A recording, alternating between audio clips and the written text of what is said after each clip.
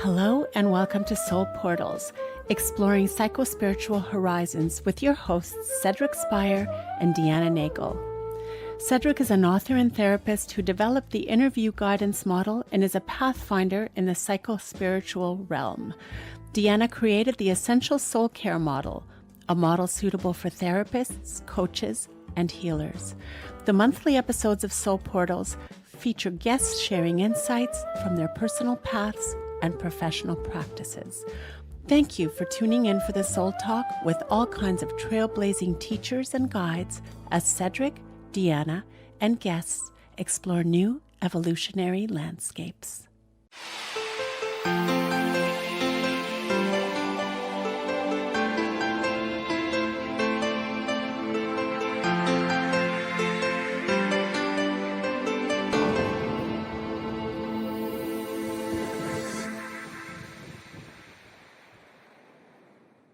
Okay, welcome again to the May episode of Soul Portals. And this month we're looking through the portal to Ruth Saphir and music therapy and the healing power of music. I always start with an opening invocation, which is, may the spirit flow freely through this conversation, allowing it to be both edifying and energizing. So the opening quote actually comes from an album from the 90s called Fire and Roses. And full disclosure, I was Ruth's lyricist and wrote the lyrics for this album. Ruth is a singer, songwriter, as well as music therapist. And on the back of this album is a little poem I wrote at the time to honor her and her gifts and the source of them. So here's how it goes. Like a hidden spring, an oasis, she waits, shrouded by shadow at dusk, soothed by the sound of the desert at dawn. She stretches her smile between sleeping and waking when ancestors whisper their thirst for a song. Oh. So there's Lovely. our lead in to the theme of the month. I had forgotten that quote completely, and wow, it's so great to hear that. I love that. And more relevant than ever now that you have a new album being released in May called Accolades of Time. Mm-hmm. Yeah, I just want to say thank you for inviting me and having this time together. It's really lovely to be here. I'm very happy to do this. And what a beginning! Wow, you dropped me right in there. Wow. So, Yeah. so a brief professional intro and a few lines before we get into the depth of your journey, the depth and breadth. Yeah, like what do you want us to know about your vocation, the soulful piece, in a few sentences? Well, I suppose I could start by saying that music has always been a super important part of my life from a very young child, and I insisted on piano lessons when my parents couldn't really afford it, and luckily they gave them to me. And it's taken so many different pathways throughout my life. It's taken me on many different journeys, but it's always been very central. And you know, when I became an adult, I became a music therapist because I really think I had a natural skill, and so I used music in the therapeutic context, and then worked on sound healing. And so that, you know, I did that for many years. I did that for decades. And now, since I've sort of left a lot of that behind, certainly I don't do it full time anymore. I've gone back to creating music and writing music and playing way more than I had time for, raising a family and working full time, which is an absolute pleasure.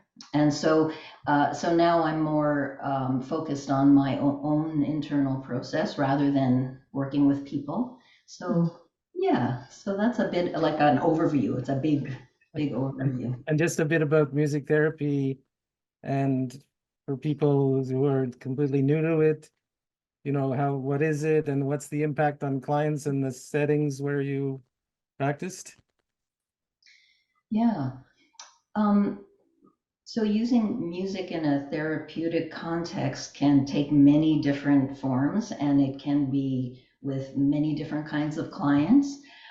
So as an example, let's say when I began my career, I worked in a geriatric hospital for a couple of years, and I worked with a group of Alzheimer's patients, and they were nonverbal. They were at the point in their dementia where they weren't speaking anymore. And in the music group, like we'd sing the song and they'd remember the entire lyric and sing the entire song. And it was a way for them to use that verbal skill that they've sort of lost. So it kept them in touch with that. So that's one context in a geriatric setting, a possible context. I've worked with kids on the spectrum, and there were, for instance, kids who were on the spectrum that weren't speaking, and we used music because a lot of people love music. Not everyone across the board, but most people like music, and so it's a way in. It's like an avenue in. And when other things don't work, sometimes music really truly works. So the kids would come to our sessions and they'd sing happily. And it was a way to get them to use their words and use their vocal cords and get them speaking. Another example was I worked at a psychiatric hospital within the children's unit, and there was a mother-infant unit in the hospital, and they were having trouble with this mom and her 2-year-old who wasn't uttering a word. And so they came and worked with us with me in the music room. And I guess this is like the miracle case, you know, for me. There aren't many of these in a career, but every once in a while it's like, wow, this is incredible. So the mom was really not paying attention to her child. She was really having difficulty connecting with this 2-year-old, and he was a little wild and nonverbal, entirely nonverbal. And so they came into the music room, and I had different stations, different musical stations, and he just went wild, and he went to every station and played, and the mother sat down, and I went after him and mirrored him. Like everything he did, I sort of imitated, and he loved it. He loved it. And so the second session, the mom came in with the son, and I asked her to mirror him. Like I said, I did it last time, and now you try it. And so she had a lot of difficulty. It took her the whole session, I would say, before she really started following him and imitating him. Often she would take over, like he'd play something and then she'd go, blah, blah, blah, you know, she'd take it somewhere else entirely. And it took her a long time just to imitate him exactly, like to mirror him exactly. So eventually she did get it. And when she did get it, and this took like maybe 3 or 4 sessions, this 2-year-old started speaking whole sentences. It was really one of those miracle cases, you know, it's like, wow, if I could do this, what else can I do? But that doesn't happen too often. That's a great story. Wow. It was a great result, you know, it was a wonderful thing. Yeah. Yeah. And if people have questions about music therapy, then feel free in the chat. And Sure. in your personal journey, like our theme, Psychospiritual, like how has music, you know, healed you or promoted your own soul growth in, you know, personally? Because, you know, I know how it's been so important on your path. Yeah, at this point, I think, you know, I think about it this way, like Cedric, you're a meditator, I know that, and that's your daily practice. And I think a lot of people have daily practices that keep them going and whole and in the right frame of mind to go through their lives. And so music really fulfills that function for me. I play every day, I sing every day.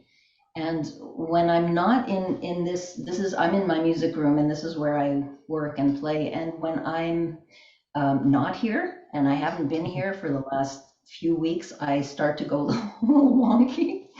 It's really something I need in my life. It's really fulfilled that role for me of keeping me on the ground, my boots on the ground and solidly Right. here.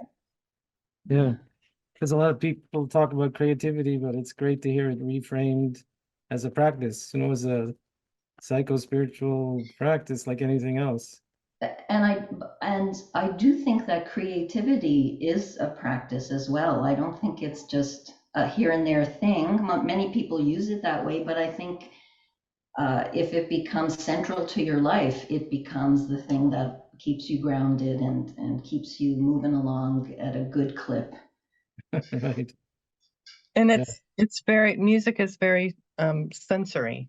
So it's spiritual, it's creative, but it's also a sensory process that, and when you were talking about working with children on the spectrum, that's a sensory process that is maybe different than what they were accustomed to, and it opens the pathways.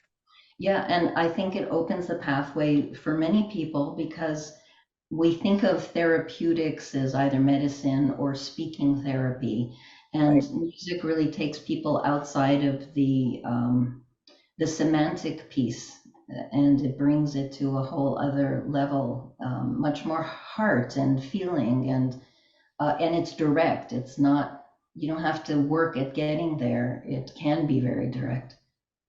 Yeah. And it really plays into left brain, right brain, there, that model. Yeah, Because it puts you in the right brain consciousness out of the linear mode. yeah, yeah, yeah. Uh, when did you first start writing songs yourself? I think as a teenager, yeah, Yeah. I would play Gordon Lightfoot songs, and I thought, yeah, I could do this. They were never as good as his, though. Which brings us to your album coming up. The launch is on May 17th, and Hmm. it's called Yes, Accolades of Time. I have it right here. There's the There's the album, and yes, it will be out May 17th. That's my first jazz album. Very exciting. I've been working really hard on this, and it's sounding lovely. And I have fantastic musicians working on this. It's really quite beautiful. Yeah, the artwork is gorgeous also.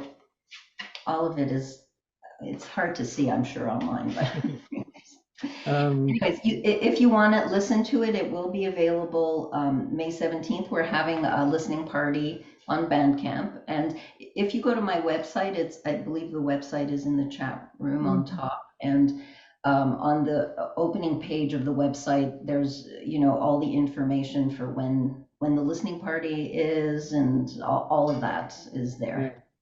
Yeah. And so that mysterious title, Accolades of Time, Uh-huh. how did you arrive at that? And it's very poetic. What's the meaning for you of that title? So it's been wonderful for me to have time to work through my own process at this point. It's been like I'm so grateful for having time and energy and the ability and all the right people around me to go through this process. So this project has been for me going back to my ancestry. And I'm a child of Holocaust survivors, so there really is no ancestor. Like, I don't know, I never knew my grandparents, and that whole lineage was basically cut off. They were mainly all killed during the war. So, so this has been a way for me to reach back and find ancestry. It's sort of in my imagined mind, really. And and in going back, it's been very surprising to me that I have found a lot of joy. It's been remarkable because I grew up in a family of trauma, So this was like, wow, like this doesn't have to be traumatic, right? This could be a joyful thing. So for me, it's been reclaiming joy, really, through going backwards in time. Mm. So it's funny. There are no coinkydinks. Synchronously, I've had a lot of conversation lately with practitioners who are doing ancestral work, like mostly from a shamanic standpoint. Is there any comparison to your process using music to going on a shamanic journey, Wow. visualization to capture some of that healing? So I guess I can compare it in one way. I think that I know when I write and I go to that creative spot of coming up with something new, it really is silence. Like that's where I go. Like I sit and I wait for something to arise. That is how I write, really. I mean, I come up with an interesting idea, but then I sort of put it aside and I wait. And it's not a vision. I mean, it's not visual for me, but uh, I know when it's coming through. Like it's very clear to me when something comes through, and I grab it because I think, oh yeah, this is it. And then it becomes a piece, and I mold it into a piece. So I'm not sure if it's that compatible. Like it's quite different from shamanism, but there are similarities, I Yeah, think. I mean, I sense it. That's why I asked. Yeah, yeah. Two different processes, but some of the same psychospiritual pieces get tapped. Yeah, it's really interesting. I never considered comparing them. That's kind of interesting. I'll have to think about that. But Ruth Yeah. reminded me of what you call a download, Deanna. Yes, it sounds like channeling, or when you Yeah, have that moment, right. you're downloading that information from the ethers, Yeah, Yeah. right. And we can all do that, right? We all have that capacity. And download is a great word because instead of making something up and all the effort making something up, it's like just Yes. being receptive to what's coming Yeah, down. that's brilliant. Yeah. Yeah. You know, I used to think of writing music and uh, yeah, coming up with new ideas as like a stream. Like there's a Right. stream going by and you just pull it down. And that was really my experience. Like it would Yeah, the unseen stream.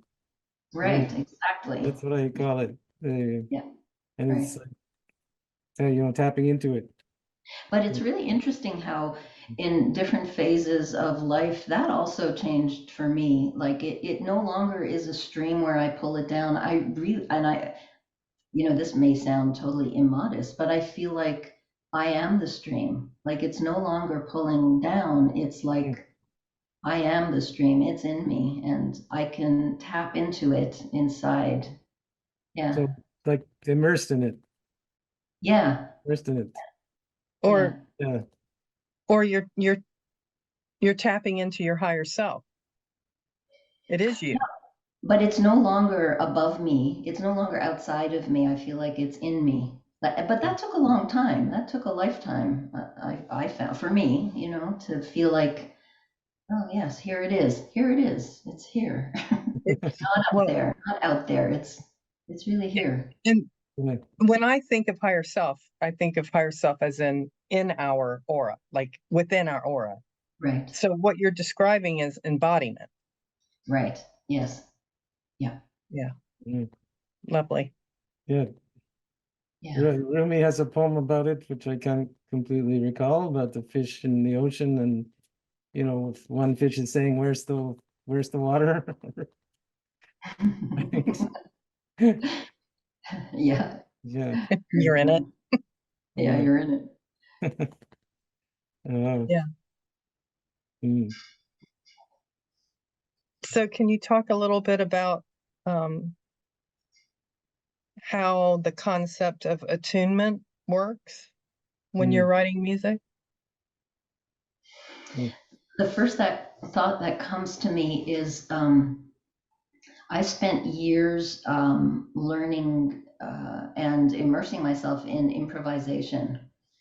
And I know when we hear improvisation, we think of music, but honestly, I think that even when we converse, when we speak, we're improvising, right? I don't know what your next sentence will be. Like, I have no idea what you're going to say, but then we move along and we find some context and we shape a conversation. And so I think improvisation is fundamental to communication. And but I've gone and studied it musically, and it has been actually, what was your question? I just got lost. About attunement, Attunement, like Attunement. like, Yes, like the right. tuning Okay. fork, right? Yes, Of your right, spirit. Yeah. Yeah. Okay. So for myself, through improvisation, I feel that uh, when I get to a certain place and some creative spark is happening, I can play with it. Like I can go in many directions with it. So, I mean, I know it's not, I don't call it attunement, but I think this is what you're asking. I'm not actually sure, but you'll tell me. Um, yeah, I think that by learning to not be rigid about something and to be free to move in many directions when it's called for, that's really being attuned to the moment and to the yes, present and to whatever is coming. So yes, so I see that as fundamental. Hmm. right. So for you, it's, you know, regardless of the words we use, but it's an intentional process for you. Yeah, yes, and it always has been. And but no, like no longer, because I feel like, okay, we can improvise here. Like I'm not preparing any, I mean, I do prepare. There are times I really prepare, but in this moment, I can go wherever we go and be okay with that. Hmm. Right. So there's a lot of therapists in the audience, and attunement in that realm, like with another person, with a client, is when you're not making an effort to change them or fix them in any way, right? But you're so grounded and centered and holding the space and in the zone that the other person is, we use the word attuned by that. So, and that can happen with environments. One of my favorite expressions is be a thermostat, not a thermometer. So Yeah. you change the temperature, the emotional temperature of a room, right? And And it's the not other it's thing, not working on anybody. It's yeah. a very subtle not effect where, yeah, with that beautiful word attunement. And Well, also and like, sorry, go ahead. it just came to me when I asked the question. I asked it, but now I'm thinking about what I asked. So attunement is also when we are creative. When you're writing your music, when I'm writing whatever I'm writing, there is an attunement that happens within us. Yeah. So that we are attuned to the whole self. And somebody, Elena, says in the chat, it is embodied experience. Yeah, embodied is a great word. Yeah, because we're here, we're experiencing it right here. It's not outside of us. It's not out there anywhere. It's really here. One thing I wanted to add, Cedric, is also in the therapeutic setting, when the therapist is attuned and is able to be flexible, they can go wherever their client goes. Yeah. There's nothing to hold back or to hold on to. You just move with whatever the other person needs or wants. Yeah. Or It's closely aligned with presence. So yes, the way we can be healed by somebody's presence without them even saying anything and Or playing anything. right, but you're a step, you're a step closer than anything didactic or using a lot of language, a lot of words, right? For that sense of presence that you're sharing. And in the sharing, if somebody needs healing, they're welcome to be healed. So Right. And then it's up to them what they do yeah, with it. Yeah. it's like the experience with a genuine guru, which I've had that experience a few times. When you're in the presence of a genuine, master, there can be a crowded room, the whole room dissolves. You just feel like it's you and the person, in that space together, and it's so expansive, right? It has all those qualities of real presence. Yeah. And wouldn't it be a great world if we were all our own little gurus and Yeah. emanated light? What Yeah. a different world we would Well, have. we're getting there. Mhm. I certainly hope so. Like C.S. Lewis says, the important thing is to be pointed in the right direction. Like, Yes, you don't have to be absolutely. in heaven, you have to be pointed that way. Yeah, yeah. Good advice. Yeah, Yeah. yeah. So somebody says in the chat, is it a little bit like playing in the orchestra? That's a really interesting comment. Yeah, I would say, yeah, like playing in an orchestra. How fabulous is that? Like everyone's playing a different note and a different instrument, but it's all in harmony. It's quite a beautiful thing.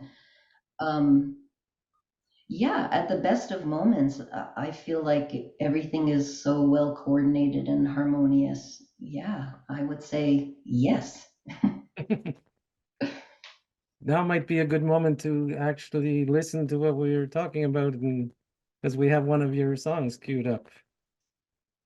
So just before we play it, I have a couple of things to say about the song. So as I was saying, like I this is like an ancestral journey for me, and in this particular song, it's called "Hand Me Down Clothes." I tried to put a few different themes together, and it's quite a complex song lyrically. Actually, it's about silence and ancestral wisdom that gets passed down. And also, I try to juxtapose that with the image of hand-me-down clothes. You know how, the wisdom is sewn silently into the seams of the hand-me-down clothes. Like, I really loved that image. So I guess I shouldn't say much more, and let's listen to it and Yeah. see what people Just think. another note, because it corresponds with the last lines of the poem. When ancestors whisper their thirst for a song, and you mentioned being a Holocaust survivor, they were not only hungry and thirsty literally, but their spirit was thirsty for humanity, or some sense of humanity in that terrible setting. I So totally forgot that quote, Cedric. That was like, wow, yeah, that's that's the so poem. relevant. It's the poem on the back of your I album, Fire and know. Roses. I Yeah. know. It Yeah. sounds a Wow. little full circle-ish. Yeah. It's almost like I have goosebumps, you know? It's Yeah. like, whoa. Yeah.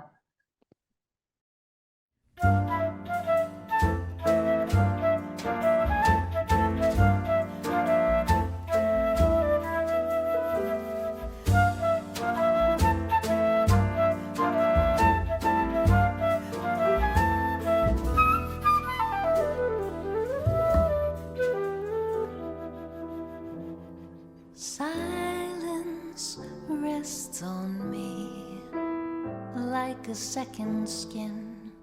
It surrounds me, it moves with me. It reminds me to learn from the past. And like those second-hand clothes, gently worn in, soft on the skin, silently sewn into its seams. Wisdom's passed down through the ages. I once heard a fairy tale. The wolf was hiding behind the door. I never really spoke. I waited silently, then suddenly I awoke to recollect all of so sweetly passed on to me. The silence helps me to recall, to be brave, to stand tall. City noise distracts me. Life can be so crazy, crazy. I just wanna sit here quietly. The noise it gets to me makes me feel so dizzy. I just wanna think quietly.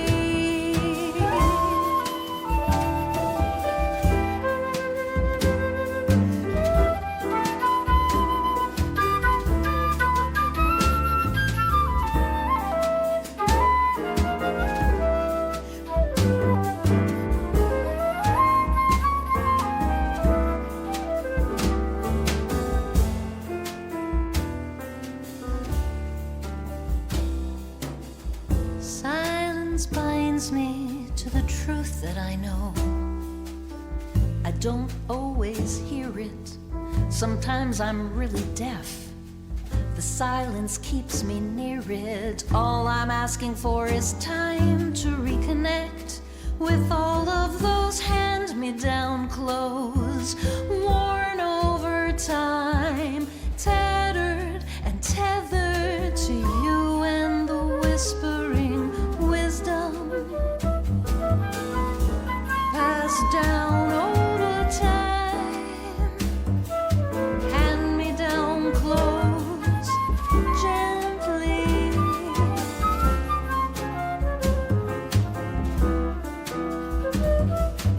Wisdom's passed down over time.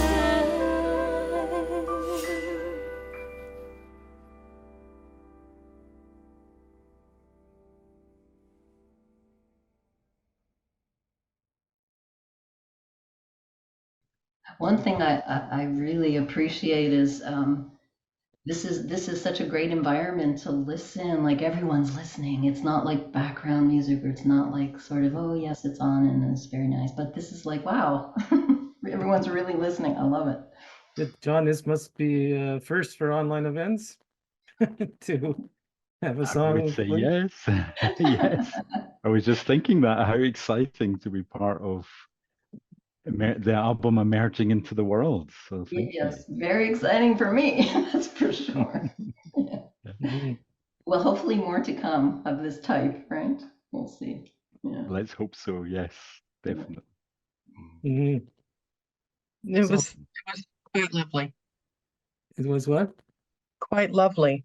Yes, very lovely. Yeah. Thank you. So from your, yeah, that song sparked the question that from your legacy, which, had a lot of pain in it being passed down, the ancestral trauma and all that. Like Mhm. what do you keep from that, and what do you release and let go, and it's not, you're not moving forward with it? Like what's worth keeping, and what do you need to leave behind for your own soul goals?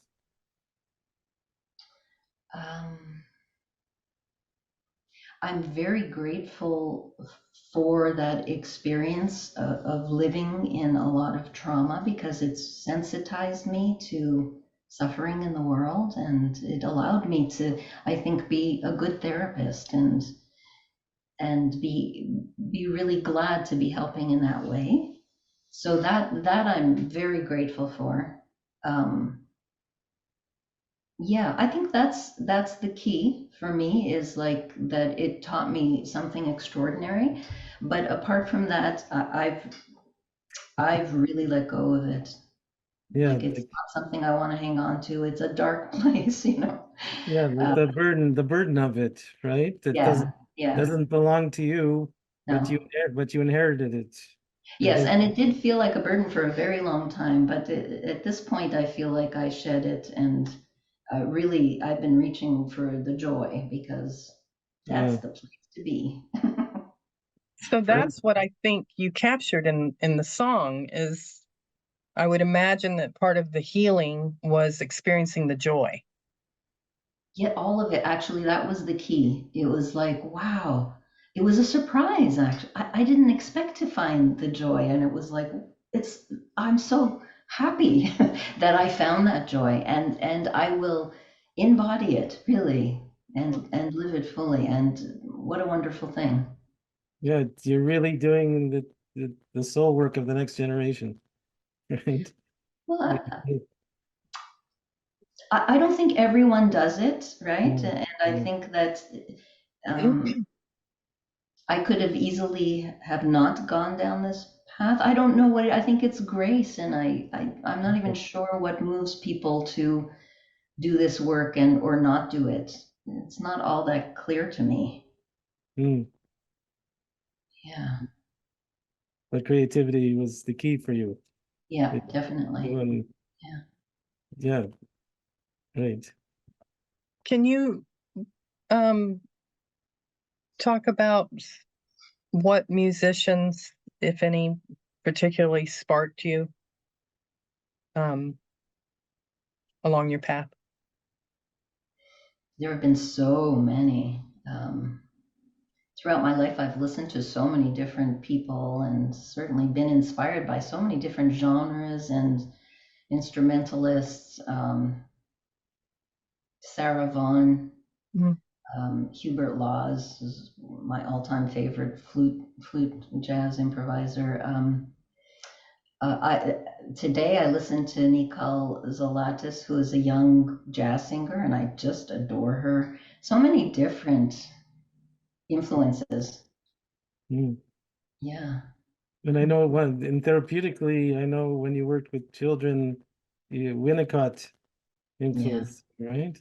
huge. Yeah, yeah. And can you say a bit about that for those who may not know the contribution of Winnicott? Right. I think he was active in the 50s and 60s, I believe. Mhm. And he worked a lot with mothers, and um, he was one of the early doctors who looked at the mother-infant relationship and what it meant, and mirroring. He came up with that whole idea of mirroring the baby, and through mirroring the baby actually sees itself. Right. Yeah, That's yeah. what I you're found. Sorry, what? that's what you're mentioning in the miracle cure first. Right, Which is exactly. It was total Winnicott. Absolutely. Yeah, it's very, it's very significant. And you know why? Because it's like we're in this epidemic of narcissism, and narcissism is the lack of the original mirroring. So Mm, not getting that mirroring, I mean, this yeah, is one theory, and then going the rest of your life, seeking the mirroring wherever you can get it, right? right. And making that like your raison d'etre. Yeah. Yes, indeed. Yep. Instead of the self like that you've discovered your own true self. Yeah, and for those of us that didn't get enough mirroring, that's a mega challenge. It's really not an easy journey, and my Yeah, heart goes out to everyone who hasn't experienced enough of that original mirroring from yeah, their caregivers. not only that, but the negative mirroring instead of the not the positive, right? Like Right. Right. if Yeah. there's something wrong with you, that you're a bad person, and you're too young to know that's your parents' issue, not yours. Yeah. And so it goes, right? And Everyone. we're such sensitive souls that it's so hard to overcome that stuff. Yeah, It's really tough. which is Yeah. which is where the attunement comes in. And as you know, I had a mentor who was a master of attunement, and as soon as you go into his office, sit down, his presence, you know, you start feeling everything's all right. Nice. I'm I'm a You good were person. lucky. There's nothing wrong with me. There's everything right. Like Yeah. it's just that feeling that you're doing through your craft and path. Yeah. But it Right. can also be a song. Yeah. Well, that's it. And I think this is really important because we all have our journeys, and being Mhm. therapists doesn't mean that you stop your journey. I mean, we all have to continue and create and move along. And if we ever stop on the road for too long, it's like, was it that Job's wife turned around, turned into salt? Was that Lot's wife. Lot's wife, right? If you stop for too long, you become sort of frozen. And Yeah, I think it's important to keep growing for all of us. yeah. At all I'm ages. just very, very aware. My father was a huge fan of all types of music, loved Sarah Vaughan, but he was one that could go into his room with his records and find complete solace, Mm, just complete solace, just from the music. yeah. I can totally relate. I mean, I don't do it with recordings, but I do it actively. It's my solace. Absolutely. Yeah. Yeah. Mm. Yeah. And I'm really glad I got to share that in a therapeutic context too with people. I think that was special. Yeah.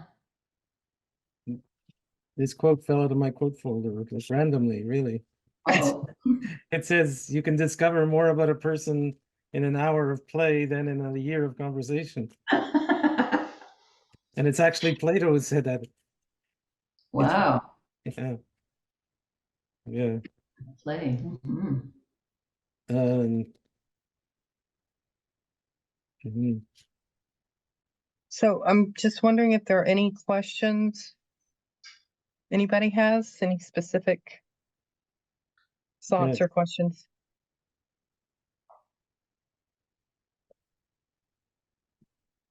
You I'm can just always keeping listen my eye to on the another chat. song while those questions are formulating. Mm. Yep. Yeah. We have one more queued up. Was there a like a threshold or a turning point moment for you? Or was it a gradual unfolding of your vocation? Was there any threshold moment or Hmm. um, I think there have been some big moments, but nothing really comes to mind. I think it's been more of a gradual, ongoing thing. This moment is an important moment for me because I feel like this music that I'm creating is going to reach more of the world than my music has in the past. So, I mean, not that I'm going to be famous or big, but it's already being played on radio stations in Mexico City. I mean, it's sort of like things are sort of popping up, yeah. which is wonderful, and I love that whole idea. So this is it's moved to another echelon for me, which is great. It's really a lovely thing for me. Yeah. Well, yeah, you played a lot of the small clubs on the way, and you're way, Yeah. you're way on, your way up. Mhm. Yeah, and I still will. I like those small clubs. Right. But it's like the music therapy gets to expand now to the wider realm. Yeah. Yeah. Oh, yeah. Okay, we can do the title song, right? The Accolades of Time. Yeah, sounds good.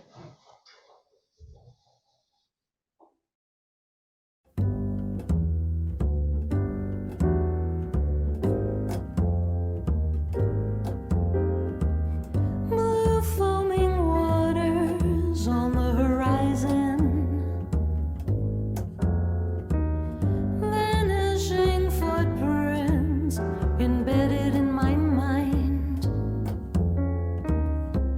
Won't you embrace the time that you unlaced the tides in the accolades of time? These dream waves seem to break through the shell of the night. Enter the state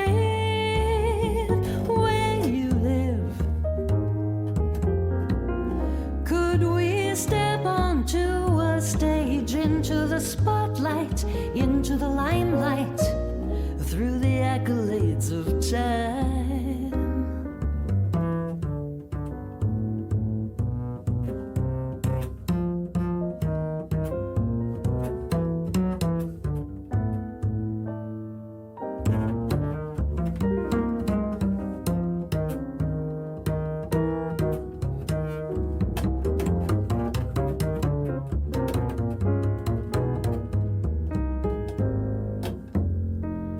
My thoughts and I will accompany you through your days, through your nights, through the time that we knew.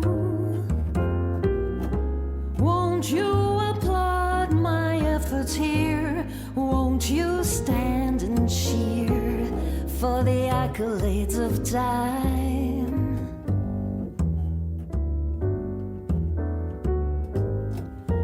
For the accolades of time.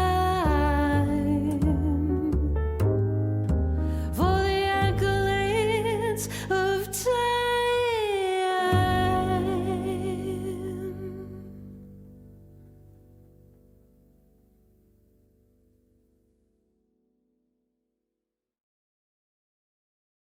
So that's a bit a tip of the hat to Antonio Carlos Jobim, who popularized the bossa nova in the 60s and 70s. And I love him. He's just one of my favorites.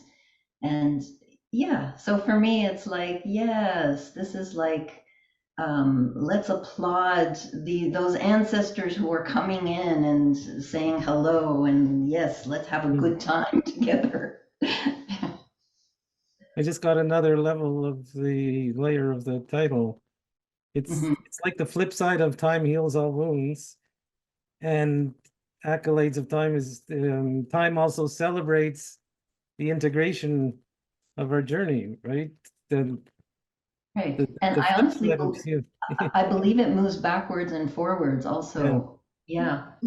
Oh, that's important. The backwards and forwards. Yeah. One thing that happened while I was writing, I don't even remember which song it wasn't, and it wasn't those two that we listened to today, but I was writing this song and it was like really about ancestors. It's called Ancestral Shadows. And in the middle of the song, this other song came. And sometimes like these songs drop in your lap, but generally not. Generally it's work. But this song was like poof, the whole thing just showed up and it was like a lullaby. And I thought, this is crazy. I'm writing about my ancestors and this is a lullaby. And so I finished the song, and then in thinking about it, I thought, of course, that makes total sense. It's like I'm reaching back in time, but this is about future generations as well. It's not just the past, it's the past, the present, the future. It's all like on a continuum.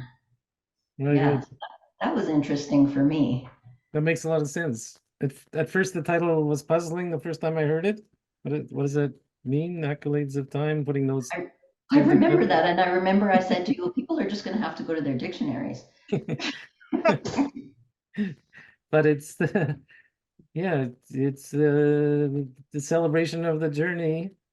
Yeah, it's Yeah, exactly. it Yeah. encompasses everything we experience over time and even beyond ourselves, before ourselves.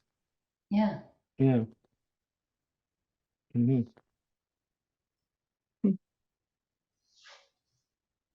Okay, well, you stunned everyone into silence, which is as It's you were my saying great about superpower.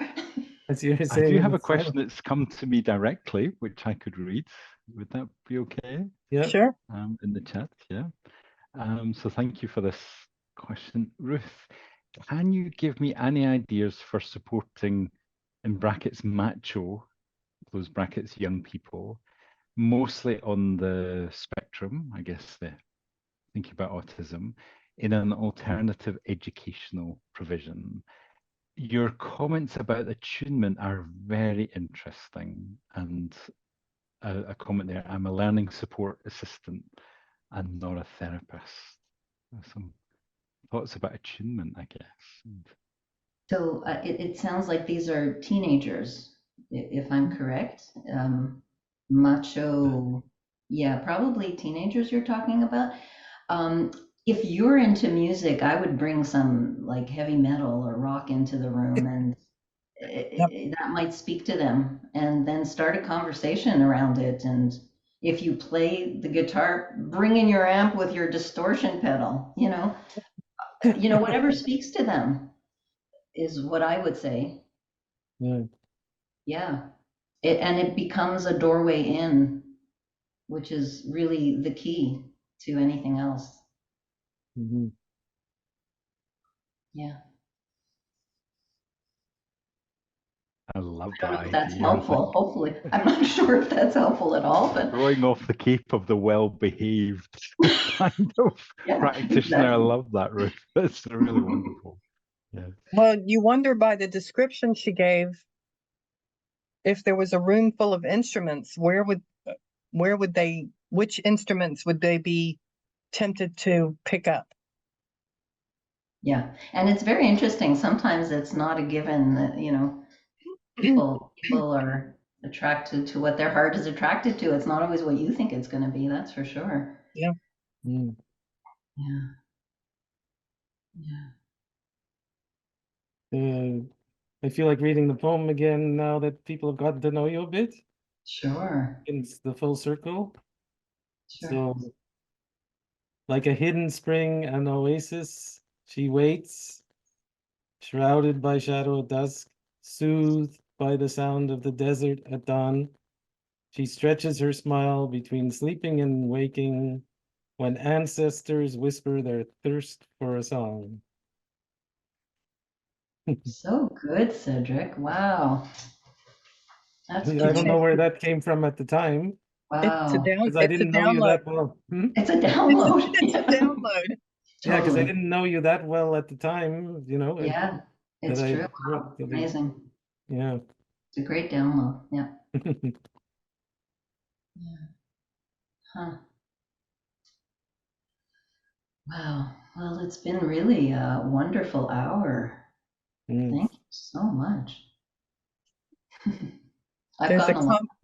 there's a comment that says, "Thank you very much. Very interesting workshop. You have got a beautiful voice." Mhm. Thank you. Thank you. And you do have workshops with online events that are in the library, right, John? Yeah. Like if people want to go delve deeper into the music therapy. Yeah, I think we have Absolutely. like a breath workshop and voice. Oh yeah, voice and co-regulation Hmm. is Yeah. the other one. Yeah. So they're Yeah. in your new library, right, John? Yes, the website has just been, the rebuild is just finished, so it's definitely worth checking out your work in there, Ruth. And also the Bandcamp link as well. So, well, we'll make sure everybody's got the link to your Sure. website so you Great. can link through. And Great. Thank you. yeah, both libraries, very important. Yes. Yeah. Mhm. Mm. So stay tuned and attuned to the next episode of Soul Portals. And here's the closing blessing for today, unless anyone has comments or questions. May you do your best to serve the moment that is unfolding in front of you.